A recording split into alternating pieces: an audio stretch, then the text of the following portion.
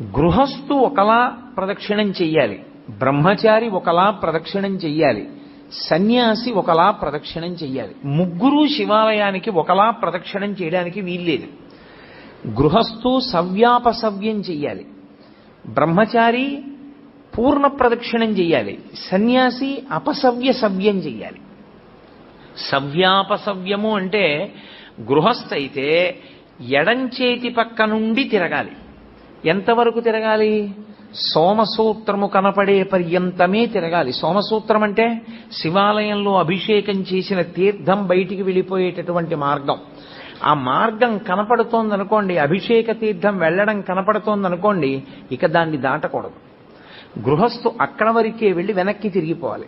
ఎక్కడ వరకు మళ్ళీ వెనక్కి తిరగాలి అంటే చండీశ్వర స్థానం వరకు తిరగాలి. చండీశ్వర స్థానం వరకు వెనక్కి వచ్చి మళ్ళీ